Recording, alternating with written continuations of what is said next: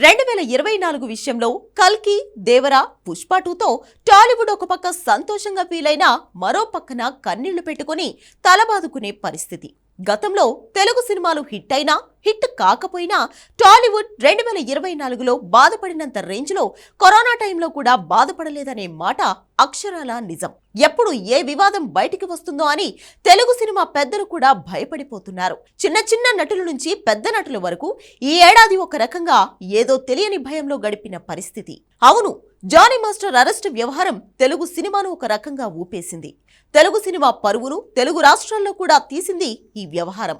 అందులో వాస్తవాలు ఏంటి అనేది తెలియకుండానే చాలా మంది జానీ మాస్టర్ ను దోషిగా భావించారు. అయితే క్రమంగా జానీ మాస్టర్ కు సానుభూతి కూడా పెరగడం మొదలైంది. ఏకంగా నేషనల్ అవార్డు కూడా జానీ మాస్టర్ కు రద్దు చేయడం పట్ల తీవ్ర స్థాయిలో విమర్శలు వచ్చాయి. అంతేకాకుండా అల్లు అర్జున్ అరెస్ట్ వ్యవహారం తెలుగు సినిమాతో పాటుగా జాతీయ స్థాయిలో ఒక రకంగా ఊపేసింది. రాజకీయ వర్గాలను కూడా ఈ అరెస్ట్ వ్యవహారం ఒక రకంగా వణికించిందనే చెప్పాలి. అల్లు అర్జున్ లాంటి స్టార్ హీరోను పోలీసులు ఇంటికి వెళ్లి అరెస్ట్ చేయడంతో ఒక్కసారిగా కంగుతిన్నారు. దీనితో ప్రభుత్వాలు సినిమా వాళ్లకు గులాంగిరి చేయవు అనే విషయం చాలా మందికి క్లారిటీ వచ్చింది.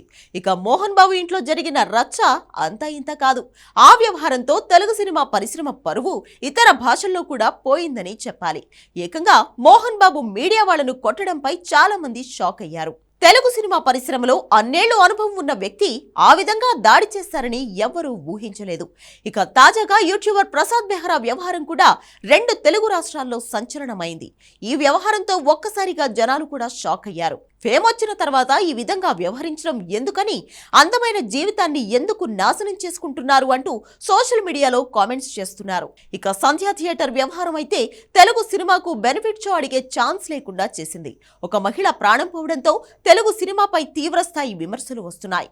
ఇక టికెట్ ధరల వ్యవహారం కూడా తెలుగు సినిమాను మరింత ఇబ్బంది పెట్టిందని చెప్పాలి. ఏకంగా పుష్ప సినిమా పార్ట్ 2 విషయంలో 1300 రూపాయలు ఒక టికెట్ కు వసూలు చేయడం పట్ల కూడా తీవ్ర స్థాయిలో విమర్శలు వచ్చాయి. ఇలా 2024 తెలుగు సినిమాకు అత్యంత వర్స్ట్ ఇయర్ గా చెప్పాలి.